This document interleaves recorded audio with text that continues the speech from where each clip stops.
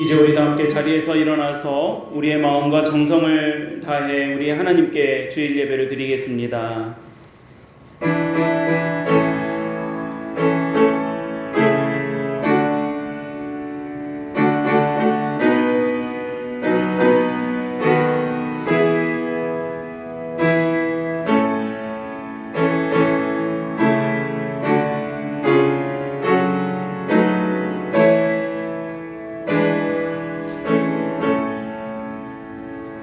아버지께 참되게 예배하는 자들은 영과 진리로 예배할 때가 오나니 곧 이때라.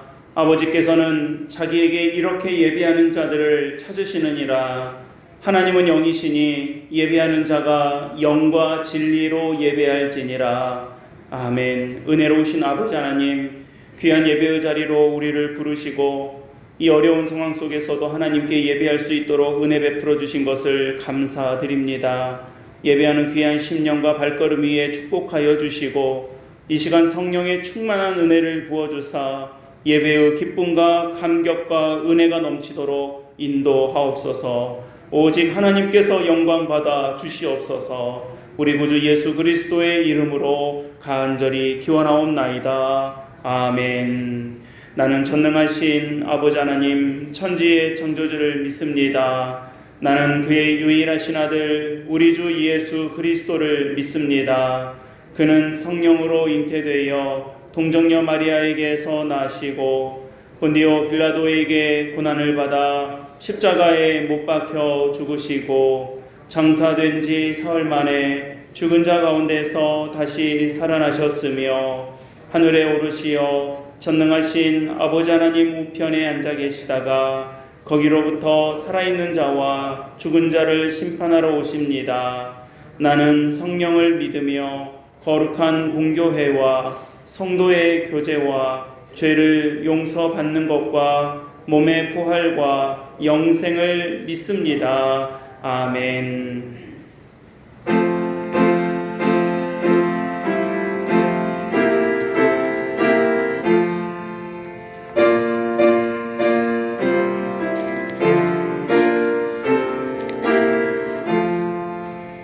영원의 햇빛 예수님 가까이 비춰주시고 이 세상 구름 일어나 가리지 않게 이 눈에 단잠 오기 전 고요히 주를 그리며 구주의 품에 안기니 한없이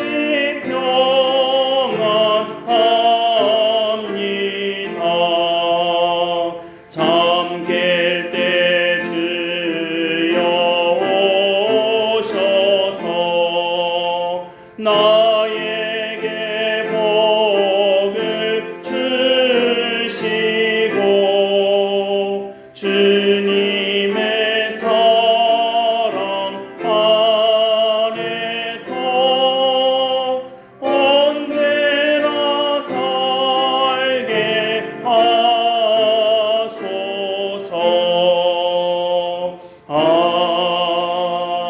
아멘.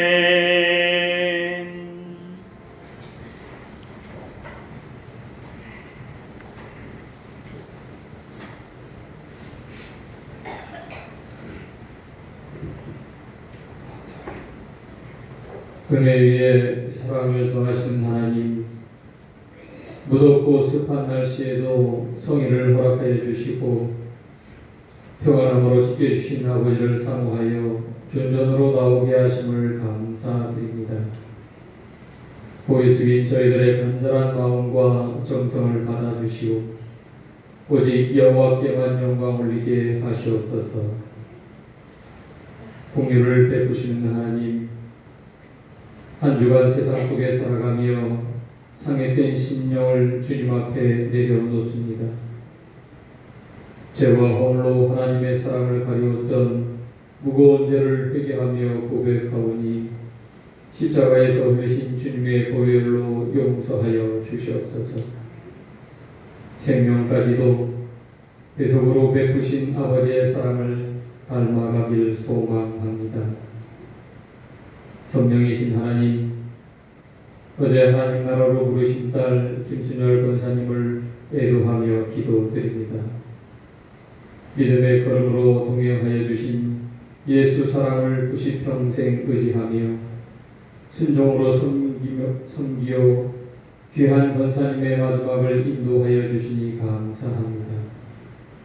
영원한 심이 있는 곳 본향에서 주님과 더불어 천국의 기쁨을 누릴 수 있게 마지막까지 인도하여 주시고 남겨진 가족들과 사랑하는 모든 이들을 이루해 주시옵소서. 매일매일 저희들을 향하신 하나님의 무한하신 사랑에 감사드립니다. 지난 한 주간 동안에도 나라 전체와 지역에서 급속하게 퍼지는 코로나의 확산 속에서도 성도들의 가정과 일터를 지켜주시고 건강한 모습으로 주의를 섬기도록 불러주시니 진심으로 감사를 드립니다. 아무것도 염려하지 말고 다만 모든 일에 기도와 간구로 너희 구할 것을 감사함으로 하나님께 아뢰라. 그리하면 모든 지각에 뛰어난 하나님의 평강이 그리스도 예수 안에서 너희 마음과 생각을 지키시리라 말씀하셨습니다. 고난에 직면할 때 아버지께서는 염려하지 말고 하나님의 영원한 사랑을 확신하며 믿음으로 바라보라고 하십니다. 코로나로 위축되어 있는 모든 생활들을 믿음의 지혜와 방법대로 이겨낼 수 있게 오른손으로 붙잡아 주시옵소서. 말씀에서 깨닫는 은혜의 소망을 얻고 오직 여호와를 앙망하는 마음으로 어려움도 참된 복음을 전하는 제자들이 되길 간절히 기도합니다. 주님, 벌써 1년 반 동안 교회의 모든 조직과 예배는 그 기능을 멈추어 있습니다. 너무도 오랜 기간 동안 제 역할을 감당하지 못하는 아쉬움이 있사오니 그 간절한 마음들을 보듬어 주시옵소서. 특히 미래를 준비해야 할 교회 학교, 학생회, 청년을 위해 저희 모두가 간절히 소망하고 기도하기를 원합니다. 능력이신 하나님, 주님이 사랑하시는 대한민국을 지켜주시옵소서. 강국들이 틈바구니 속에 자주국방을 넣어서 빨리 이루어가게 하시고 국민을 바라보는 정치가 부족함을 채워주길 원합니다.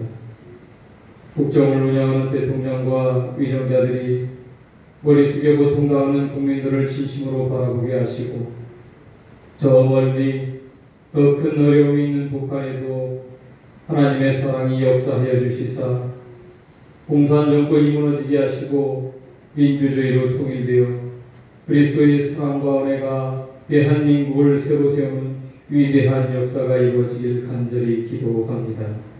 도와주시옵소서. 전능하신 하나님, 이 시간 주님이 원하시는 순종과 간절한 마음을 배우기를 소망합니다. 아브라함은 시험을 받을 때에 믿음으로 이삭을 드려 순종으로 주님께서 내려주시는 위대한 복을 받았습니다. 다윗은 철저한 회개와 부르짖음으로 악한 죄의 굴레에도 믿음의 아들로 세워졌습니다. 우리의 생각을 버리고 오직 주님이 주시는 음성의 귀를 기울이게 하시옵소서. 순종으로 충성하여 주님 오시는 날 착하고 충성된 종아라는 칭찬의 축복을 받기를 원합니다. 주님의 몸된 교회를 위하여 기쁨으로 섬기시는 목사님을 성령의 능력과 은혜로 충만케 하여 주시옵소서. 오늘도 베어내 주시는 말씀을 의지하여 하나님께로 나아갑니다. 고개 숙인 지체들이 마음을 열어주시어 목사님을 통하여 전해주시는 성령의 지혜를 듣게 하시고 하늘의 복된 비밀이 우리의 심령을 울리게 하옵소서. 날마다 간절한 기도로 문제들이 해결되게 하시고 부족한 것은 풍성함으로 채우시며 사업과 관계 속에 예수님의 모습이 나타나는 놀라운 은혜의 축복이 있기를 소망합니다. 역사하여 주시옵소서. 사랑이신 주님, 이 시간 아픈 저희의 영혼과 육신에 손을 얹고 기도합니다. 날마다 찾아오는 고통의 괴로움이 사라지도록 손 내밀어 치유하시는 여호와 라파 예수님의 은혜가 저희들의 연약한 상처 위에 볶음마다 스며들어 깨끗하게 나아지길 간절히 기도합니다. 생명으로 인도하시는 주님의 사랑이 어렵고 힘든 이 시대를 살아가는 우리의 영혼과 육신을 강건하게 세워 주시옵소서. 오늘도 주님의 은혜를 사모하여 찾아온 모든 발걸음들을 축복하여 주시고 예배를 통해 드리는 간절한 기도의 제목들을 들어 응답하여 주시옵소서. 우리를 죄에서 구원하신 예수님의 이름으로 감사하며 기도드리옵나이다. 아멘.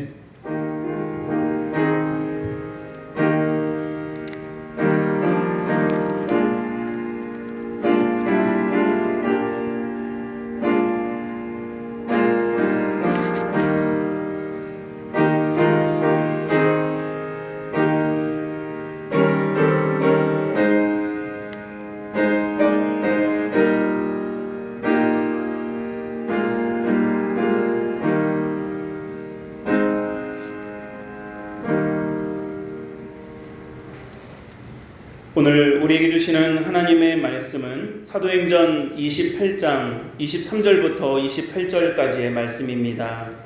사도행전 28장 23절부터 28절의 말씀을 제가 봉독하겠습니다. 그들이 날짜를 정하고 그가 유숙하는 집에 많이 오니 바울이 아침부터 저녁까지 강론하여 하나님의 나라를 증언하고 모세의 율법과 선지자의 말을 가지고 예수에 대하여 권하더라. 그 말을 믿는 사람도 있고 믿지 아니하는 사람도 있어 서로 맞지 아니하여 흩어질 때에 바울이 한 말로 이르되 성령이 선지자 이사야를 통하여 너희 조상들에게 말씀하신 것이 옳도다. 일러스되 이 백성에게 가서 말하기를 너희가 듣기는 들어도 도무지 깨닫지 못하며 보기는 보아도 도무지 알지 못하는도다.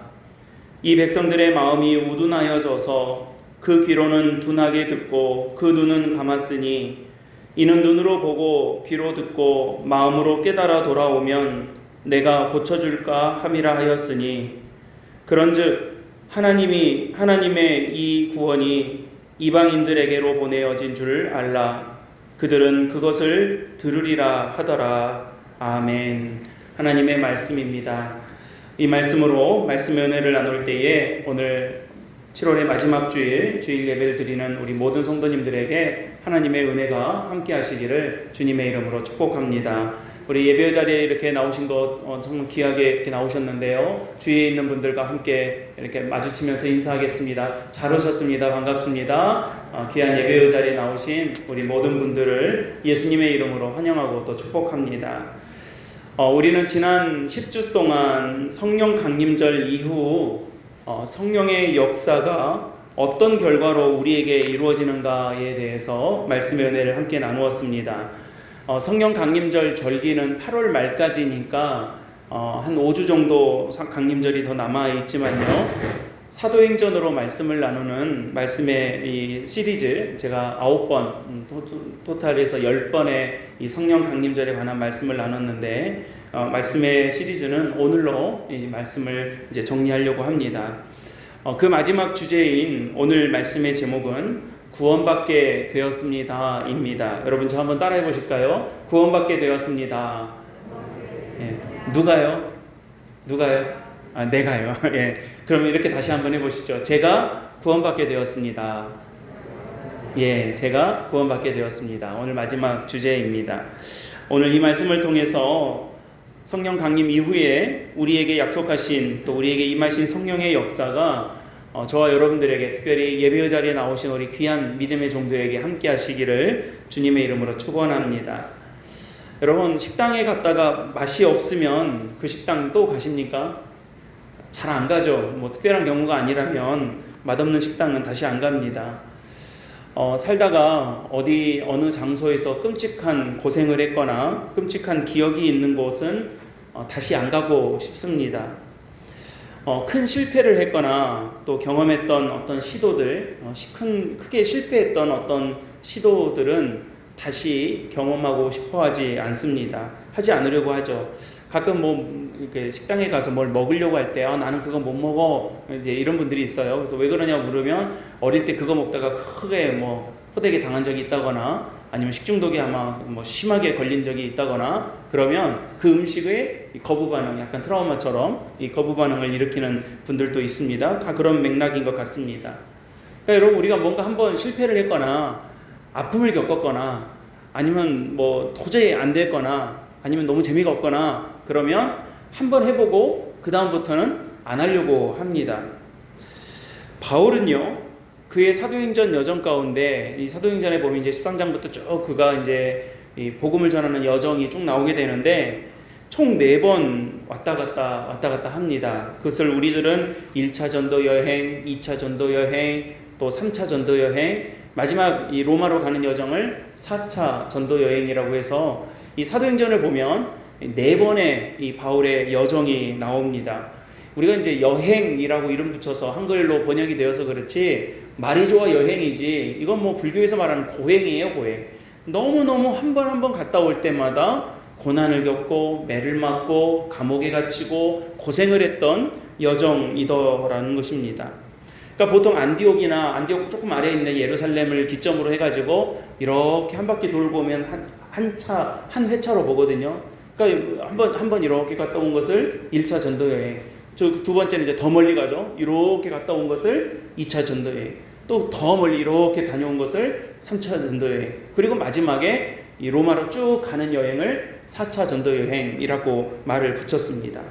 그러니까 여러분, 오늘 말씀이 28장 사도행전의 맨 마지막 장의 끝부분이니까 오늘 말씀의 배경은 몇 차 전도 여행이겠습니까? 성경 공부하지 않으셨더라도 4차 전도 여행임을 우리가 볼 수 있겠죠. 바울의 나이를 대략 이때를 약 60세 정도 되었던 시점으로 보고 있습니다. 여러 가지 몇 년도에 태어나고 몇 년도에 죽었다라고 하는 것은 안 나오지만, 여러 서신이라든지 성경의 역사들을 이렇게 맞추어서 유추해 볼 때 한 60세 정도 된 시점이다라고 볼 수 있습니다. 그러니까 여러분, 우리가 60세지만 성경 나이로 60세지만 지금으로 치자면 좀 더 이제 나이가 드신 그런 어떤 시점이라고 볼 수가 있겠죠. 그의 마지막 여정은 로마에 와서 마지막으로 복음을 전하고 거기서 순교하는 일이었습니다. 어느 선교사님의 고백이 참 가슴을 울리게 했던 적이 있었는데요. 그분께서 선교를 하시는데 10년 동안 단 한 명도 전도가 안 되더라는 거예요. 10년 동안. 지금 우리 오만에 가 계시는 조영기 목사님도 사실 그와 비슷한 그런 상황 아니겠습니까? 단 한 명 만나기가 어렵다는 거예요. 그래서 몇 년 동안, 7년 동안은 이 땅 밟기만 하면서 기도하면서 돌아다니는 게 일이었다고. 지금 이제 사역이 이제 자리가 잡히기 시작했어요. 그 와중에 지금 코로나 걸리셔가지고 가족들이 지금 고군분투하고 계시는데, 여러분 기도 계속해 주시기 바랍니다. 근데 여러분, 이제 이 선교사님 그러시는 거예요. 10년을 선교했는데 한 명이 전도가 안 되더라는 거예요. 나중에 어떤 기도가 되냐면, 하나님 저 죽게 좀 해주세요, 이런 기도가 나오더라는 거예요. 순교하게 해주세요. 왜냐하면 여러 선교의 역사들을 보면은 순교의 역사가 있었던 그곳에 이 교회가 세워지는 역사들이 계속 있지 않았습니까? 그렇게라도 해서 이곳에 제 피가 묻혀지고 제 살점이 떨어져서 그곳에 교회가 세워질 수 있다라면 그렇게라도 저를 써주세요 라고 하는 기도가 되더라는 거예요. 그러니까 여러분, 인도에 가면 우리 예수님을 의심했던 이 도마의 기념교회가 있습니다. 거기서 이제 순교했다고 하고, 그 도마의 유골이 그 인도 교회에 있어요. 우리나라에도 서울에 가면 합정동이라는 곳이 있는데, 거기에 절두산이라는 산이 있습니다. 절두, 말 그대로 머리가 잘리는 산이죠. 순교자들을, 예수 믿는 사람들을 잡아다가 목을 베가지고 그 밑에 한강에다가 댕강 내던졌던 산 언덕백인데, 거기가 절두산이에요. 그래서 그곳에 지금 교회가 세워져 있습니다. 가톨릭 교회도 세워져 있고, 이 개신교 교회도 세워져 있는 그 유일한 어떤 장소가 바로 그런 곳입니다. 그러니까 여러분, 그런 역사를 보니까 하나님 나 순교 좀 하게 해주세요 라고 할 정도로 그렇게 복음이 전해지지 않더라는 거예요. 지금 이 바울은 로마에 가가지고 마지막으로 십자가에 못 박혀서 이 목이 잘려서 죽임을 당하는 그 순교의 역사를 마지막으로 당하는 곳이 바로 이 로마였습니다. 여러분, 로마까지 가는 여정 가운데 바울이 그가 계획을 잘 세워가지고 이 다음은 고린도 가야지, 이 다음은 에베소 가야지, 이 다음은 뭐 어디 가야지 착착착착 진행되고 나서 이제는 이제 로마 갈 차례다, 로마 가자, 야! 하고 그렇게 로마 간 게 아니었더랬습니다. 어찌어찌 하다 보니 마지막으로 이 여행을 하다 보니 그가 압류되어서 얽매여서 로마로 재판받으러 간 곳이 로마였던 것입니다. 잘 나가다가 마지막에 순교한 것이 아니라 바울은 1차 전도 여행 때부터 고생했던 것입니다. 집 떠나면 고생이라더니 정말로 바울은 떠나면 고생했어요. 이건 뭐 가는 곳마다 고생이었고 가는 곳마다 거절이었고 가는 곳마다 사역자로 살아가면서 우리가 볼 때 사역가고 제자였지만 여러분, 로마의 입장에서 볼 때는 바울은 집 떠나면 죄수였어요. 어디 가도 붙잡히고 어디 가도 묶이고 어디 가도 감옥에 갇히니까 죄수로 살아온 인생이 훨씬 더 많았던 것입니다. 매도 맞고 거절당하는 두려움, 그 두려움이 충분히 예상되는 여정을 1차에 겪어봤으면 2차는 못 가겠다, 뭐 이제는 뭐 그냥 내가 예루살렘에서 그냥 기도해야 되겠다 하지 않고 다시 또 나가고 다시 또 나가고 마지막에는 재판을 빌미로 로마까지 가는 이 여정을 바울이 이렇게 이루어가고 있더라는 것입니다. 여러분, 이런 바울의 여정을요, 바울 스스로가 어떻게 고백하고 있습니까? 내가 이렇게 고생해가지고 내가 이런 일들을 했다. 내가 편지를 몇 통을 썼고 교회를 몇 개를 세우고 뭐 사람들, 이방인들을 몇 명을 전도하고 이렇게 말하지 않습니다. 바울은 그의 모든 여정과 그의 모든 인생을 성령의 도우심이라고 고백하고 설명해주고 있는 거예요. 여러분, 말씀 한 구절 찾아보셨으면 좋겠는데요. 고린도전서 15장 9절과 10절 말씀인데 조금 몇 장만 뒤로 이렇게 넘어가시면 고린도전서의 말씀이 있습니다. 고린도전서 15장 우리 9절과 10절 말씀을 같이 읽어보셨으면 좋겠어요. 고린도전서 15장 281페이지에 있습니다. 9절과 10절의 말씀을 우리 한 목소리로 같이 읽어봅니다. 시작. 나는 사도 중에 가장 작은 자라. 나는 하나님의 교회를 박해하였으므로 감당치 못할 자니라. 그러나 나의 나된 것은 하나님의 은혜로 된 것이니 내게 주신 그의 은혜가 헛되지 아니하며 내가 모든 사도보다 더 많이 수고하였으나 내가 한 것이 아니요 오직 나와 함께 하신 하나님의 은혜로다. 아멘. 여러분, 저는 우리 성도들이요, 이 믿음의 고백 속에 살아가게 되시기를 예수님의 이름으로 간절히 축원합니다. 여러분, 우리가 한평생 살아가면서 내 삶의 고백이라고 한다면, 내가 내 삶을 정리하고 내 삶을 요약해서 내 삶을 고백하는 한마디 말이 있다라면 바울이 고백한 이 고백이 바로 저와 여러분들의 고백이 되고 우리 성도들의 고백이 되시기를 간절히 바라는 것입니다. 여러분, 바울은요, 내가 많은 수고를 하였지만 내가 한 것이 아니라 누가 한 것이라고요? 하나님의 은혜로, 성령의 은혜로, 성령의 도우심으로, 성령님의 인도하심으로 된 일이다 라고 하는 것을 이렇게 고백하고 있는 것입니다. 바울 스스로도 성령의 인도하심이 아니었으면 내가 한 발짝도 내디딜 수 없었다라고 하는 것을 이렇게 고백하고 있는 것입니다. 여러분, 신앙은요, 내가 내 힘으로 뭔가를 이루어내는 것이 아닙니다. 내 힘으로 뭘 하는 게 아니에요. 여러분, 신앙은, 우리의 믿음은 내 힘으로 하게 된 것을 자랑하는 것이 아닙니다. 나는 아무것도 없습니다. 나는 아무 힘이 없습니다. 천부여 의지 없어서 손들고 나갈 수밖에 없는 것이 저입니다. 저에게는 아무런 능력이 없습니다. 그런데도 불구하고 하나님이 내 손 붙잡아 주셔가지고, 하나님이 내 마음을 붙잡아 주셔가지고 저를 이렇게 인도해 주셨습니다. 저같이 마른 막대기 같은 저를 통해서, 아무것도 아닌 나를 통해서 하나님께서 이런 일들을 행하여 주십니다 라고 경험하고 고백하는 것이 우리의 믿음인 거예요. 여러분, 물론 성령의 역사와 도우심으로 우리는 많은 일을 할 수 있습니다. 우리 이 한국 교회의 역사가 얼마나 그런 역사들을 많이 경험해 왔습니까? 우리 사객교회가 그런 역사들을 얼마나 많이 경험해 왔습니까? 교회도 세우고, 한국교회는 복음도 전하고, 교육도 하고, 병원도 세우고, 학교도 세우고, 많은 일들을 교회가 감당해 왔습니다. 여러분, 우리나라 기독교 역사만 보더라도 교회를 통해서 하게 된 일들이 얼마나 많은지 모릅니다. 우리 사회의 교육, 의료, 복지, 인권, 심지어 정치, 아까 우리 장로님 기도하셨지만 민주주의 체계도 어느 것 하나 교회로부터 시작되지 않은 것이 없었습니다. 여러분, 지금 이 세상이 뭐 다 우리가 이제 다 익숙해져 있고 다 평범한 것들이 되어서 그렇지, 세상이요, 민주주의가 뭔지도 모를 때 교회는 투표를 하고 있었어요. 장로님 세우겠다고 교인들은 그때부터 이미 투표를 하고 있었어요. 투표가 어떤 건지를 몸으로 다 경험하고 있었고요. 그런 것들을 학교에 가서 가르쳤고요. 병원에 가서 의료를 행했고요. 또 이 지역사회의 문화와 여러 가지 이 사업에 이 교회가 연루되지 않은 것들이 없어요. 요즘이니까 사회가 발달하고 세상이 발전해가지고 다 전문화돼서 이제 교회가 다 그런 목들을 다 이제 떨어져 나갔지만, 여러분, 교회가 출발했다라고 하는 이 믿음의 자부심은 우리가 가져도 충분히 괜찮은 일들이에요. 부정한 권력에 항거하는 일도 교회가 했었습니다.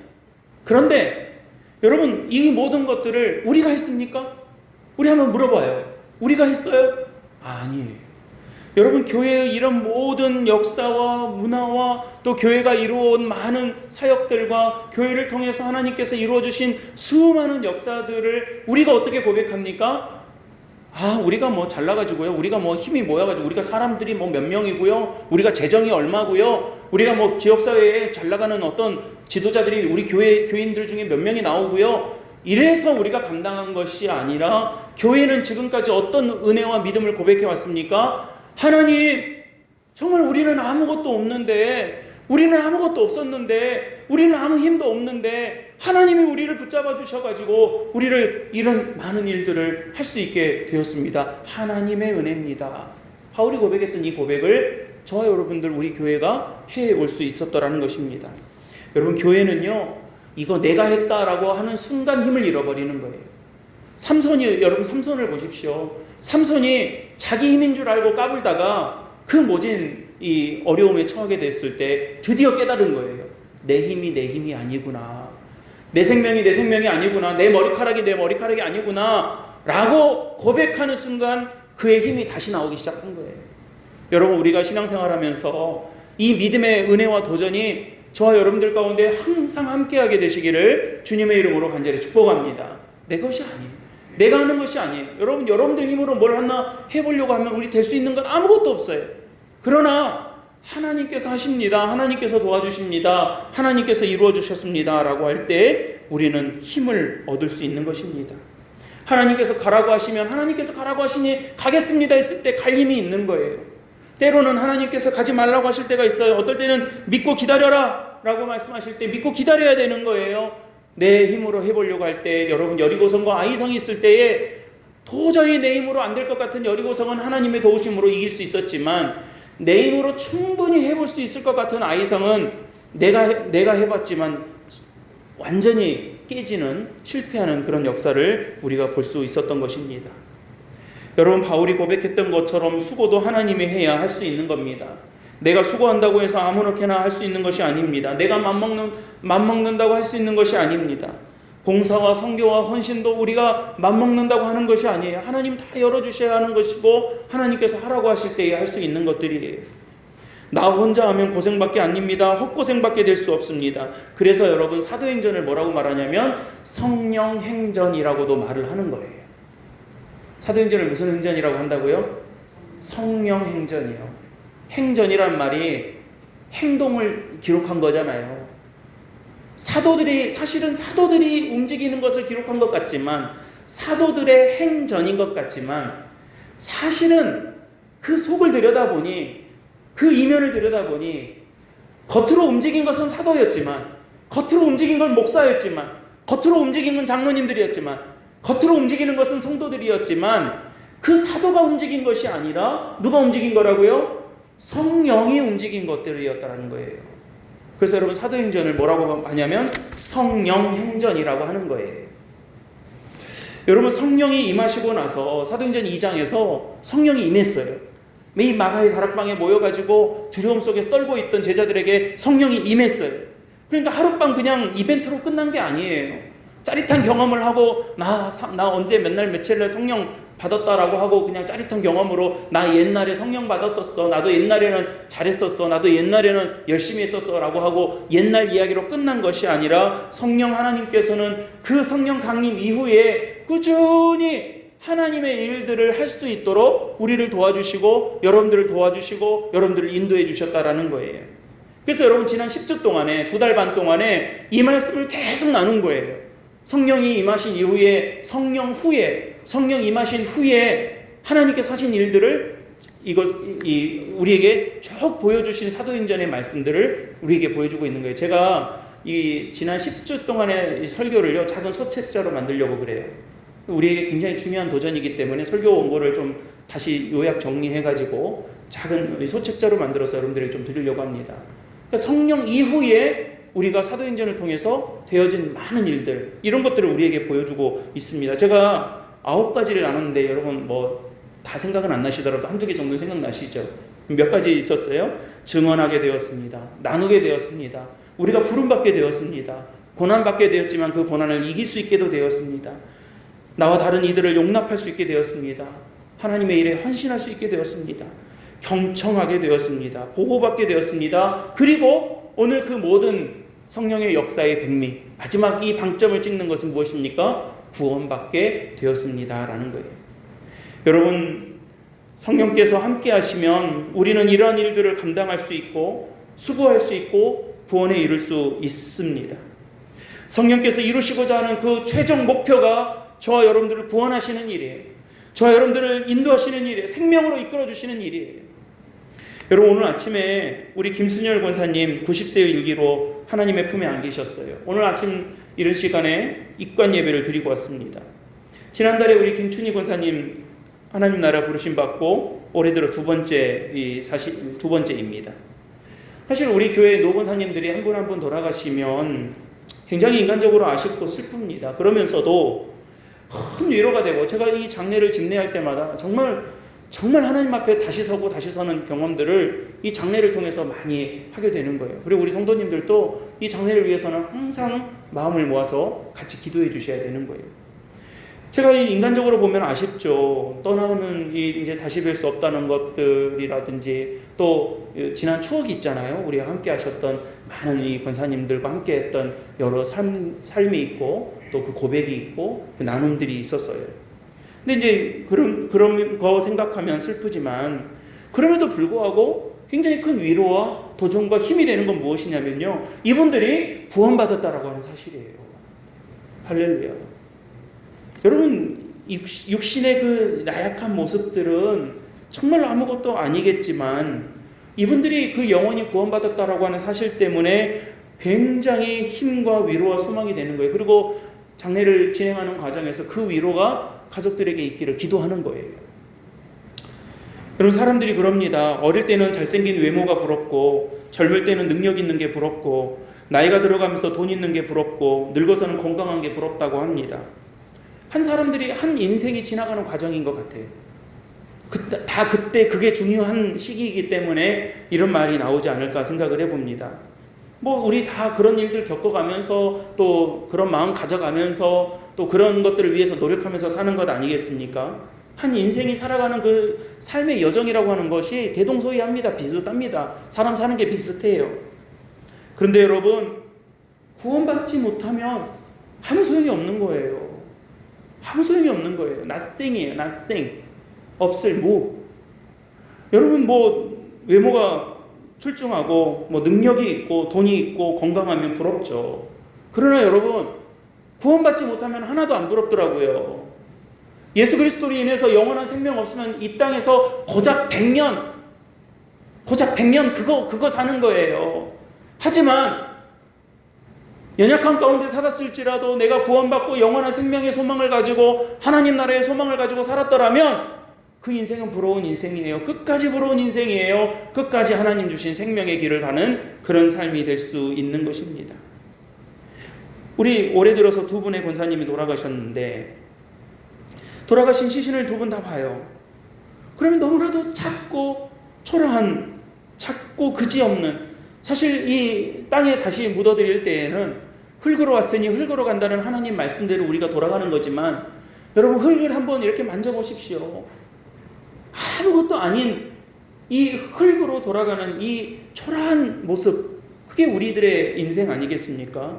하지만 그 영혼이 구원받았다라고 생각하고, 또 그 영혼이 구원받았다라고 하는 믿음의 확신 속에 살아갔다는 우리 권사님들의 삶을 생각해 보면 감사하고 든든하고 그 은혜가 있는 것이죠.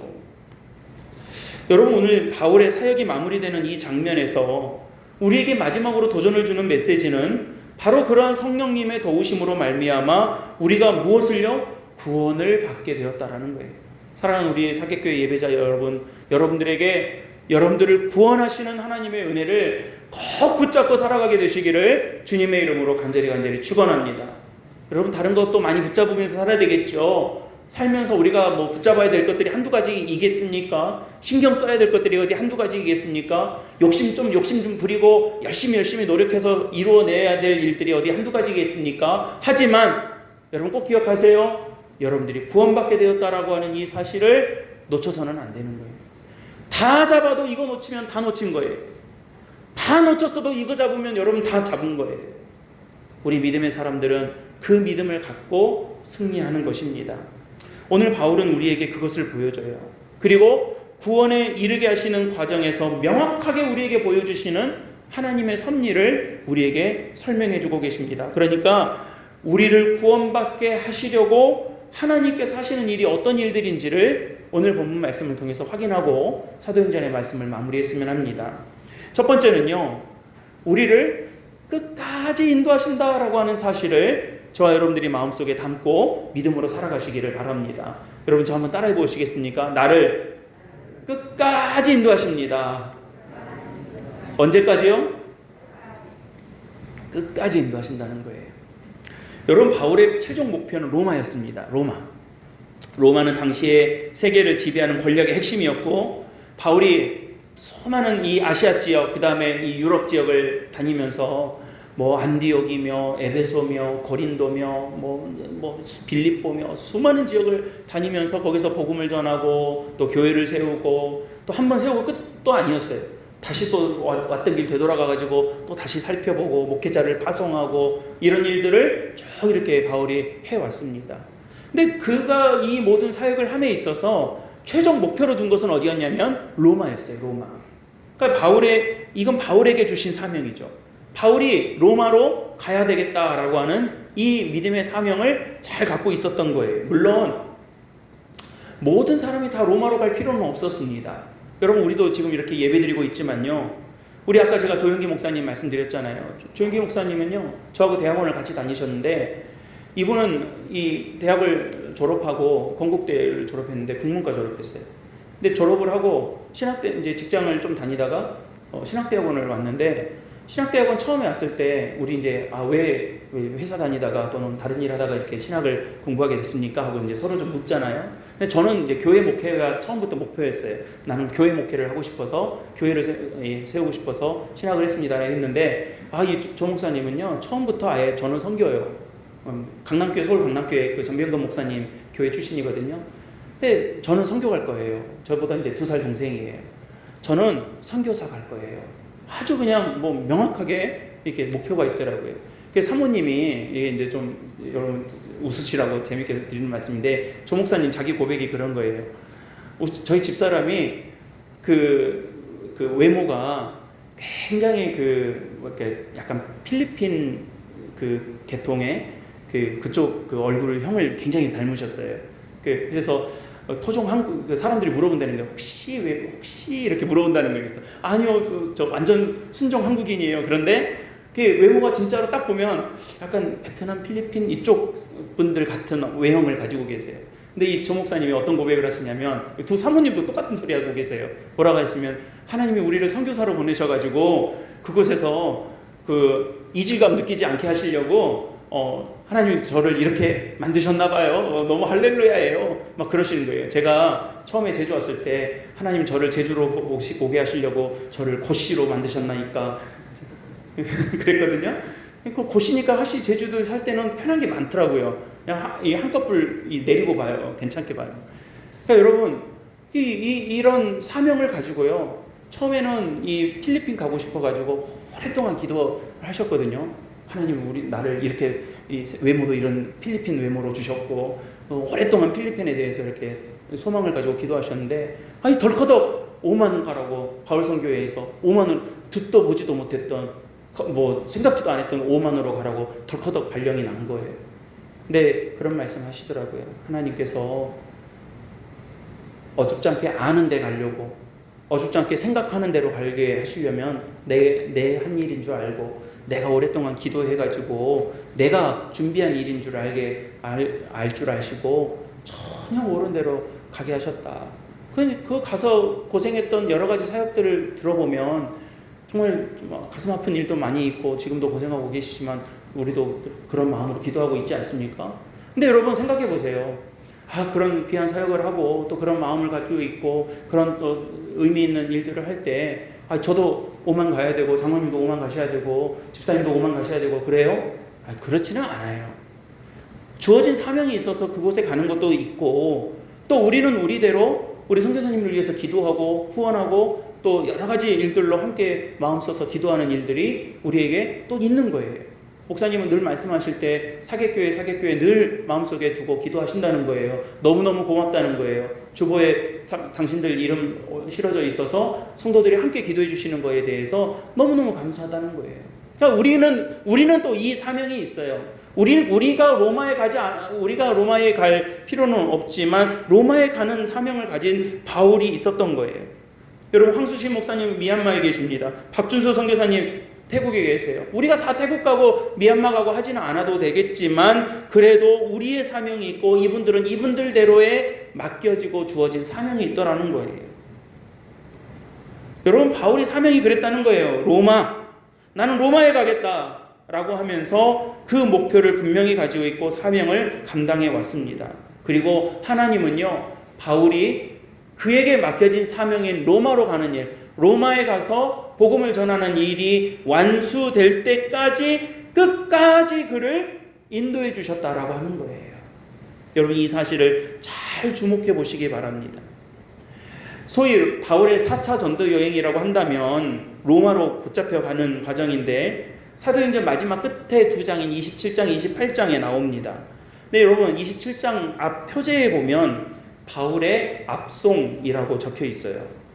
그러니까 여러분 바울이 로마로 갈 때 이제는 내 모든 사역을 다 마치고 고린도도 잘 세워줬고 빌립보도 에베소도 디모데도 잘 세웠고 그러니까 이제는 로마로 가자 하고 간 게 아니라 지금 붙잡혀가지고요 감옥에서 맞아 죽게 생겼으니까 뒤로 빼돌려가지고 나 로마 시민이다 그러니까 상급 법원에다가 항소해가지고 로마로 그렇게 붙잡혀서 가는 과정이 마지막 27장 28장에 나오는 거예요.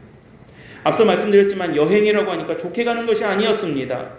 실제로 로마에 가는 과정까지가 너무나도 신기한 일이었어요. 왜냐하면 바울은요 그 전에 죽어도 몇 번을 죽었어야 맞았을 사람이었습니다. 바울 죽이겠다고 덤벼드는 사람이 한둘이 아니었고요. 바울을 죽이기 전까지는 먹지도 않고 물도 안 마시겠다라고 작정하고 덤벼든 사람들이 수십 명이었어요. 유대인들은 유대인들대로 바울을 죽이겠다고 득달같이 달려들었고 그리스도인들은 그리스도인들대로 바울의 그 전력 때문에 마음속에 의심하는 바가 있었고요. 사도들은 사도들대로 바울을 견제하는 그런 마음들이 다 있었어요. 굉장히 외로운 싸움을 했었어요. 그렇기 때문에 어디서든지 붙잡혀서 어떻게든 죽어도 이상하지 않을 사람이 바울이었습니다. 그런데도 하나님은요 너무나도 인간의 모습으로 볼 때는 엉뚱한 방법까지 동원하셔서 바울이 로마로 작정했던 그 로마의 사역을 완수할 수 있도록 끝까지 인도해 주시더라는 거예요. 여러분 23절 말씀 우리 다시 본문으로 로마서 본문으로 돌아가셔서요. 23절 말씀 한 절만 같이 좀 읽어보셨으면 좋겠습니다. 238페이지 우리 사도행전 28장 23절 말씀을 한번 읽어보시죠. 자 시작. 그들이 날짜를 정하고 바울이 아침부터 저녁까지 강론하여 하나님의 나라를 증언하고 율법과 선지자의 말을 가지고 예수에 대하여 권하더라. 아멘. 그러니까 여러분 지금 방금 읽으셨지만요, 좀 이상하지 않으세요? 좀 이상하지 않으세요? 바울이 지금 뭘로 붙잡혀 갔어요? 죄수예요, 죄수. 죄수가 돼가지고 로마에 압송됐는데 가는 과정도 지금 우여곡절이에요. 중간에 막 배도 파손되고 뭐 죽을 고비를 몇 번 넘겨다가 겨우겨우 로마로 가긴 갔는데, 로마로 갔다면 이제 로마다라고 하고 자유롭게 막 여기저기 다니면서 복음을 전하고 이런 상황이 아니에요. 지금 바울의 상황은 붙잡혀 있고요. 법원에서 재판을 받기 전까지 이게 누구의 집인지는 모르겠지만 그가 유숙하는 집에서, 그러니까 그가 어느 집에 지금 가택연금식으로 잠깐 붙잡혀 있는 거예요. 그런데 바울이 로마로 갈 때는 뭐 그냥 관광하자고 가는 것이 아니었잖아요. 복음을 전하려고 가려고 했는데 로마에 갔을 때는 붙잡혀 있었는데 어떤 일이 벌어지게 됩니까? 사람들이 바울에게 오는 거예요. 그러니까 바울이 사람들한테 가서 복음을 전했어야 되는데 그렇지 못하니까 어떤 일들이 벌어지게 되냐면 그가 유숙하는 집에, 그가 붙잡혀 있는 집에 사람들이 와서 그 복음을 듣는 거예요. 그러니까 바울이 있어가지고 이렇게 복음을 전하고 말씀을 선포하고 있는 그 장면이에요. 물론 그 다음 24절 25절 보면 그 말을 듣고 믿는 사람도 있고 안 믿는 사람도 있어요. 말씀을 듣고 깨닫는 사람도 있고 안 깨닫는 사람도 있어요. 말씀을 듣고 구원을 받는 사람도 있고 구원 안 받는 사람도 있어요. 하지만 바울을 통해서 지금 어떤 사역이 벌어지고 있습니까? 로마에서 말씀과 복음이 선포되고 증언되는 이 역사가 벌어지고 있는 거예요. 어떻게 해서요? 하나님께서 바울을 인도해 주신 거예요. 여러분, 어쩔 때는요, 내가 정말로 원하지 않는 방법을 통해서 내가 정말로 원하는 일이 이루어지는 신비가 우리 안에서 이루어질 때가 얼마나 많은지 몰라요. 내가 원하는 목표가 있고 내가 원하는 방법이 있으니 그것을 이루기 위해서 내가 원하는 방법들, 내가 생각했을 때 이렇게 가면 징검다리처럼 콩콩콩 해서 이걸 짠 하고 이루어지는 것이 내 계산이라면, 하나님은요, 어떨 때는 내가 전혀 생각하지도 않았고 전혀 원하지도 않았던 방법을 통해서 내가 원했던 것, 내가 바라보고 나를 통해서 하실 만한 그 이상의 일들을 하나님께서 많이 베풀어 주시는 거예요. 여러분, 우리 지난주에도 말씀 나눴지만요, 코로나 누구 하나가 이거 뭐 좋을 사람이 누가 있겠습니까? 물론 뭐 아주 일부에서는 코로나 때문에 뭐 호황을 맞이하는 어떤 산업 분야도 있을지 모르겠어요. 그러나 전 인류, 전 세계적으로 봤을 때 이거 누구 하나가 반기지 않을 일이고요, 누구 하나가 좋아할 일 아니에요. 특히 교회는 이 코로나 때문에 앞으로 어떤 과제를 어떻게 감당해야 될지 많은 숙제를 안고 있고, 이 코로나의 지금 2년여 동안에 이로 인해서 겪게 된 어려움들도 너무너무 많이 있는 게 사실이에요.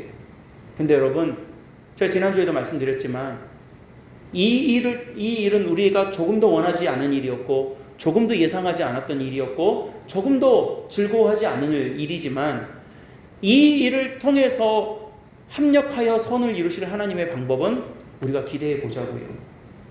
우리가 바라보자고요. 그게 믿음이에요. 충분히 내가 보여지는 것들, 내가 예상되는 것들만 갖고 신앙생활하는 것은 신앙이 아니에요.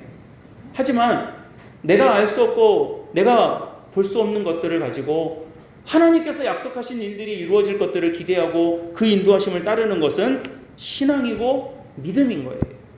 여러분, 우리 사랑하는 성도님들이 믿음으로 살아가게 되시기를 예수님의 이름으로 간절히 축원합니다. 믿음으로 사셔야 돼요.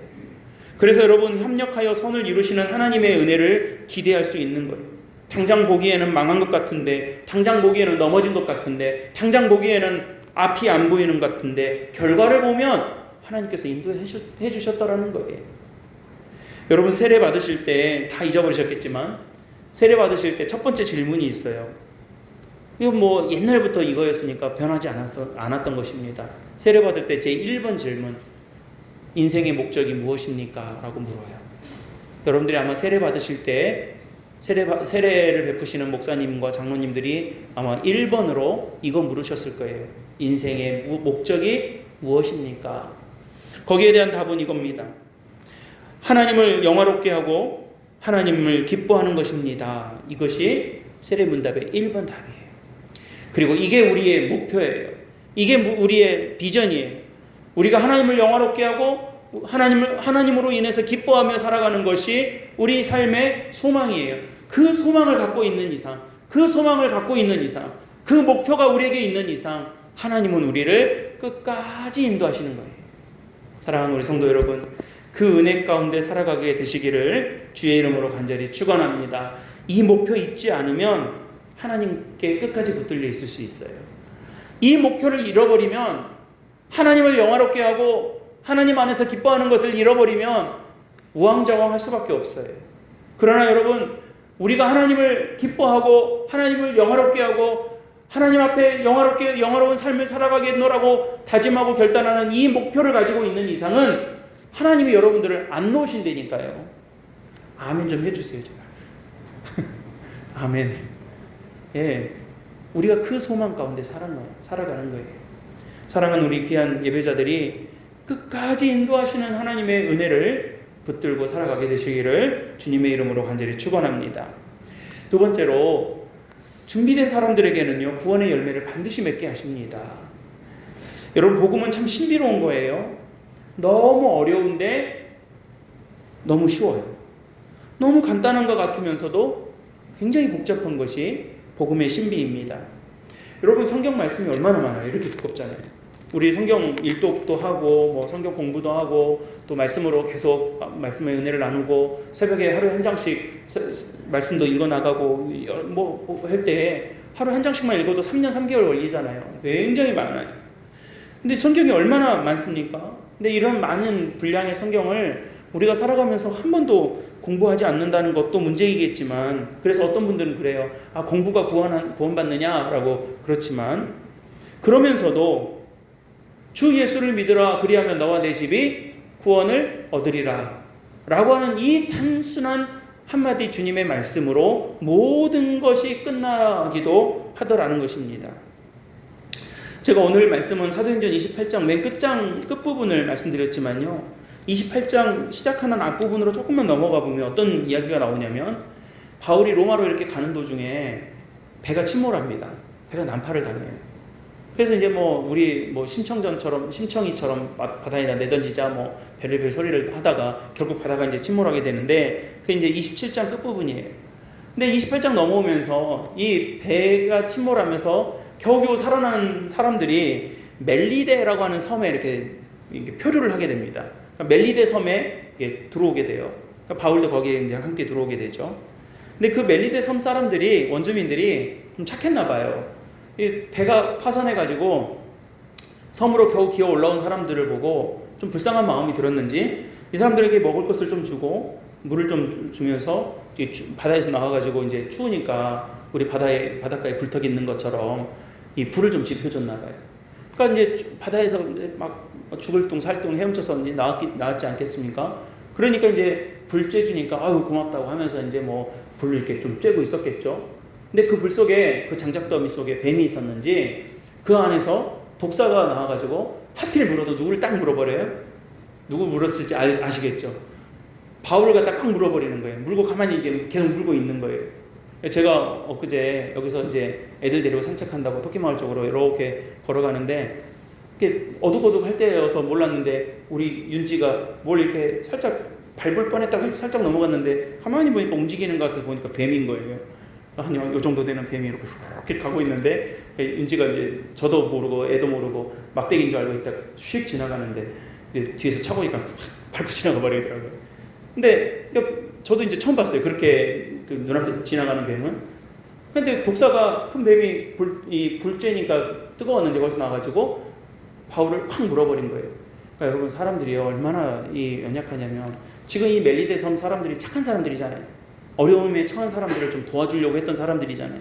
불도 좀 피워주고 좀 도와줬던 사람들인데, 이 사람들이 바울이 뱀에 물리는 걸 보니까 뭐라고 그러냐면, 아, 이 사람 죄인 맞나 보다. 해필 거기서 뱀이 나올 게 무엇이며, 뱀이 나와가지고 그 사람을 꽉 무는 거 보니까 바다에서는 어떻게 구원을 받았는지 모르겠으나 이 사람 죄 짓고 온 사람 맞나 보다 라고 말하는 거예요. 그러니까 여러분, 사실 이게 지금 사도행전에 나오는 메시지지만요, 이 우리가 가지고 있는 모습이에요. 세상이 뭐라고 말합니까? 뭐 어려운 일 생기면, 병들면, 사고 나면 죄 지어서 그래? 뭐 잘못한 거 있어? 라고 툭툭 내뱉는 어떤 그런 메시지들, 이게 세상이 주는 메시지예요. 성도들은 그렇지 않아요. 바울이 여러분 28장 5절에 보면 바울이 그것 때문에 낙심하고 그것 때문에 화나고 그것 때문에 뭐 어떻게 되지 않았어요. 어떻게 하냐면 28장 5절에 바울이 그 짐승을 불에 떨어버림에 조금도 상함이 없더라 그래요. 조금도 상함이 없더라. 사명이 있는 사람에게는요, 회복의 열매가 있는 법이고, 사명이 남아있는 사람들에게는요, 생명의 열매가 주어지는 거예요.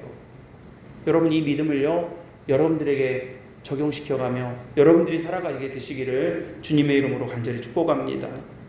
바울이 그 짐승을 불에 떨어버림에 사람들은 세상의 관점으로 봐요. 왜 그럴까? 뭐 잘못해서 그랬나? 죄 지었나?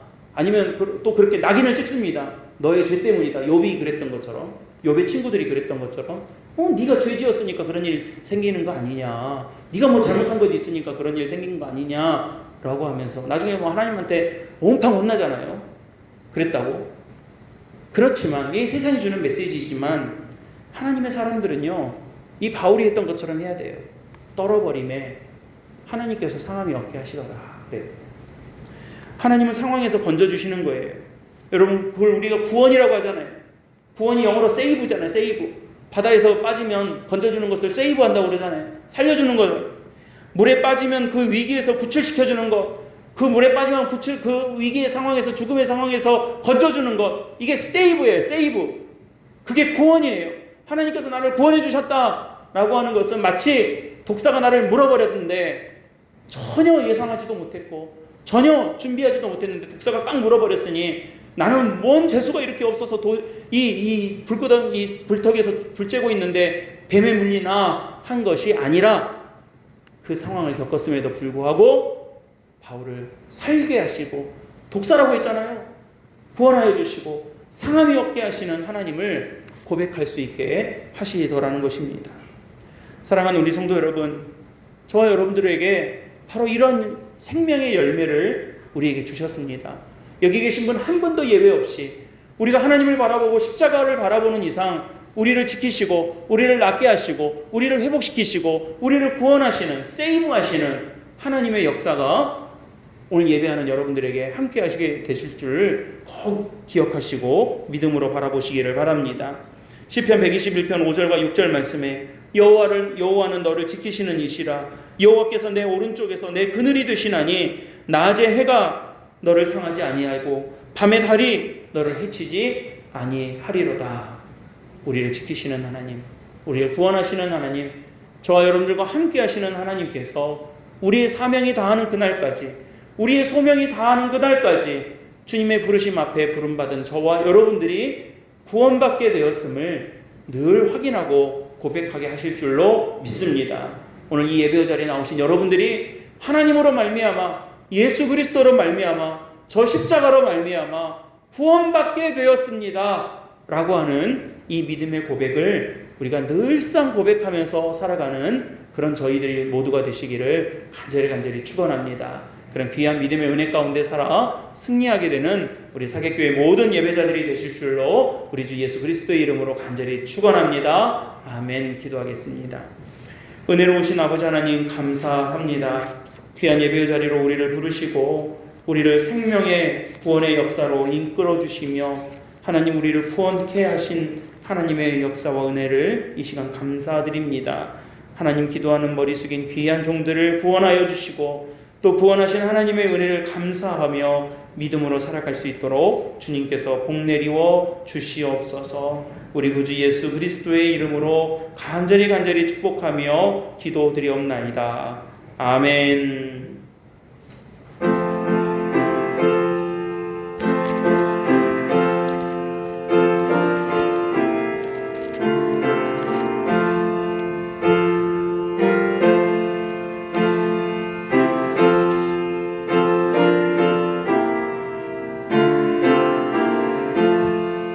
주의 말씀 받은 그날 참 기쁘고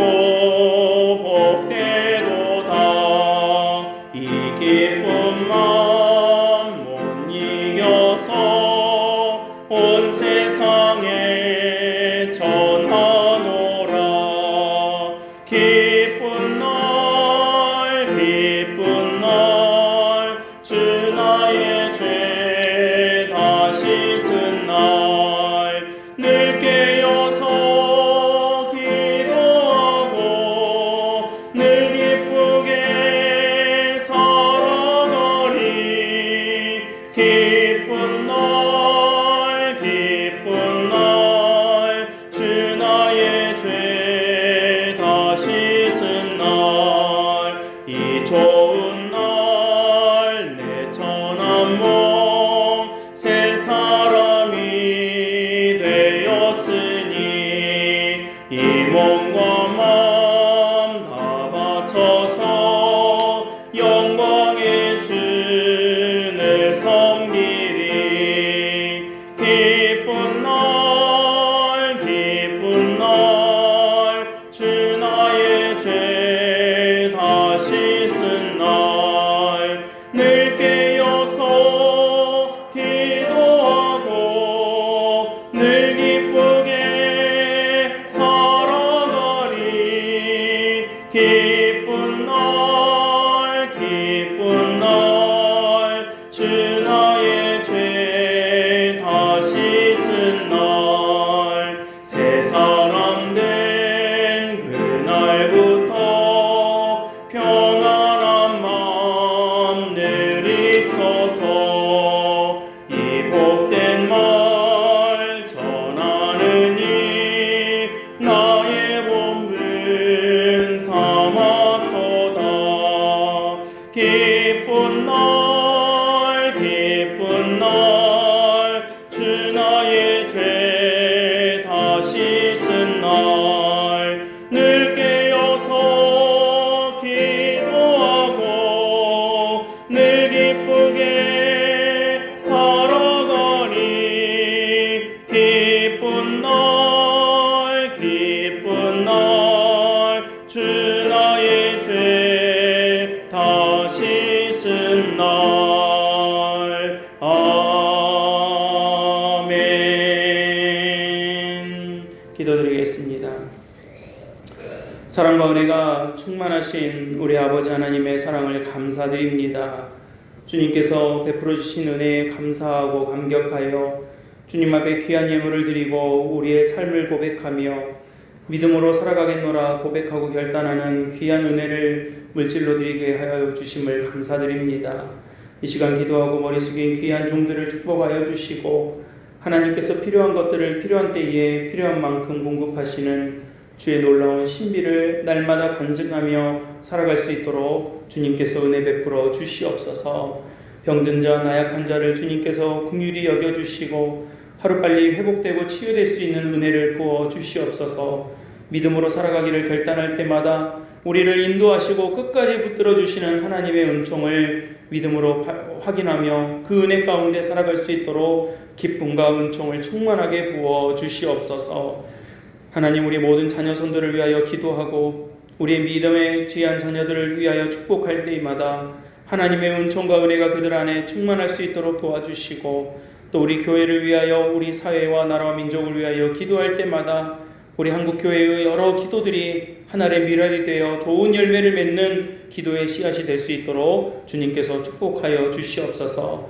특별히 연로한 우리 권사님들과 병중에 치료 중인 우리 귀한 집사님들을 주님께서 기억하여 주시고 하나님의 거룩한 그 생명의 광채가 비추사 하나님 치유되고 회복되는 믿음의 역사가 날마다 고백되어질 수 있도록 하나님께서 그 큰 은혜와 간증을 허락하여 주시옵소서.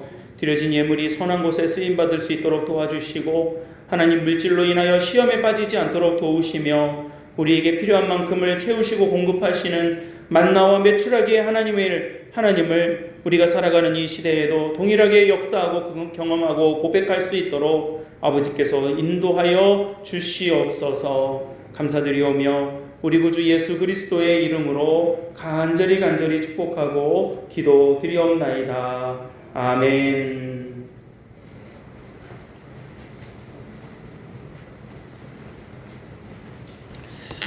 우리 교회 소식과 평화의 인사를 함께 나누겠습니다. 옆에 있는 분들과 이렇게 인사하겠습니다. 주 안에서 사랑합니다. 축복합니다. 귀한 예배 자리에 나오신 우리 모든 분들을 환영하고 또 오늘 여러 사정으로 나오지 못하셨지만 예배 녹음으로 함께 말씀을 나누는 우리 모든 믿음의 가족들에게 주님의 은총이 함께 하시기를 축복합니다.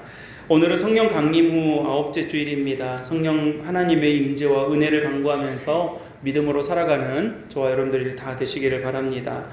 우리 교회는 제주도청 종교시설 방역 지침에 따라서 기준에 따라서 예배 대면 여부를 결정하고 있습니다. 인근 지역에서 확진자가 좀 나와서 지난 한 주간 동안 좀 추이를 보며 염려도 했었지만 도청에서도 별다른 상황이 없고 또 조심조심해서 함께 예배 드려도 되겠다고 하셔서 같이 예배를 드렸습니다. 코로나 극복을 위해서 함께 노력하면서 예배를 통해서도 은혜 나눌 수 있도록 여러분들이 함께 기도하고 동참해 주시기를 항상 부탁드립니다. 백신 접종자들은 교회에서 지금 파악하고 있고 지금 한 20명 정도가 백신 접종자이시니 저희가 예배 드리는 데는 아무 지장이 없고 또 안전하다라고 말할 수 있겠습니다. 방역 조치에 따라서 혹시 다른 변동사항이 생길 경우에는 우리 교인들 문자 메시지를 통해서 안내해 드리도록 하겠습니다. 교회 청소봉사 어제 참여해 주신 성도님들께 감사드리고 우리 성전도 늘 기억하시고 사랑하시면서 함께 동참해 주시면 감사하겠습니다. 8월 예배 봉사 담당자 순서 주보 참고해 주시고 함께 동참해 주시고요. 혹시 차량 운행이 필요하신 가정에서는 언제든지 언제라도 말씀해 주시면 저나 우리 장로님들이나 또 다른 분들을 통해서 함께 봉사하고 섬기도록 하겠습니다. 우리 말씀드렸던 것처럼 우리 고 김순열 권사님께서 어제 향년 90세의 일기로 하나님의 품에 안기셨습니다. 위로와 기도를 바라고요. 오늘 아침에 입관을 했고 오늘 동시에 일포를 함께 보내게 되겠습니다. 저녁 9시에 일포를 마무리하겠고요. 또 내일 아침 8시에 사계리 공동묘지에서 발인 예배와 하관을 동시에 진행하도록 하겠습니다. 모든 장례 절차와 진행을 위해서 여러분들이 기도해 주시고요. 또 교회 여러 일들이 있을 때마다 함께 기도로 동참해 주시면 감사하겠습니다. 담임 목사 피정 기간을 이번 한 주간 동안 하도록 하겠습니다. 저는 장례 마치고 나서 제주노회 피정의 집 빌리하우스에 머물면서 기도하면서 한 주간을 보내고 돌아오도록 하겠습니다. 다른 지역 가기가 너무 어렵고 또 저도 이제 집이 육지에 있다 보니까 부모님 좀 뵙고 올까 했는데 올해는 좀 그렇게 생략하고 우리 노회 피정의 집이 있습니다. 목사님들 좀 머물면서 기도하고 쉴 수 있도록 하고 있는 기관이 있는데 그곳에 머물면서 함께 한 주 보내고 돌아오도록 하겠습니다. 피정 기간 중에는 새벽 기도의 인도는 고한길 장로님께서 담당해 주시겠고요. 수요 저녁 예배는 한 주 휴회하도록 하겠습니다. 우리 제가 이제 주보를 만들고 준비를 하다 보니까 제가 가끔 이렇게 좀 빠뜨릴 때가 있습니다. 그래서 헌금 개수라든가 또 제가 우리 성도님들께 보내드리는 문자 메시지라든가 이런 것들 가끔 좀 빠질 때가 있는데요. 빠지면 목사님 왜 안 보내셨나 하지 말고 저한테 말씀해 주시면 제가 바로 조치를 하도록 하겠습니다. 헌금 개수, 헌금도 제가 이렇게 주보에 명시하는 것은 우리 헌금은 항상 투명하고 정확하게 교인들의 성도님들의 정말 애쓴 믿음의 고백인데 틀리지 않게 사용되어야 하기 때문에 이렇게 항상 영수의 의미로 명기하고 있습니다. 그렇기 때문에 혹시 빠지면 저한테 꼭 말씀해 주시고요. 다시 우리 재정부에서는 거의 틀릴 일 없이 확인을 하고 있으니까요. 제가 혹시 주보에 빠진 거니까 그래도 혹시 모르니까 빠지면 확인을 해야 되니까요. 말씀해 주시면 점검하도록 하겠습니다.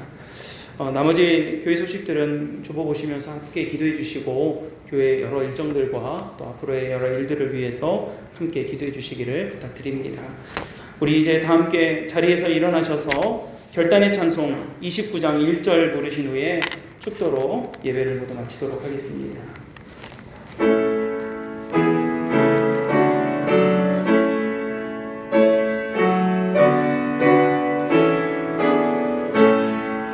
성도여 다 함께 할렐루야 아멘 주 찬양하여라 할렐루야 아멘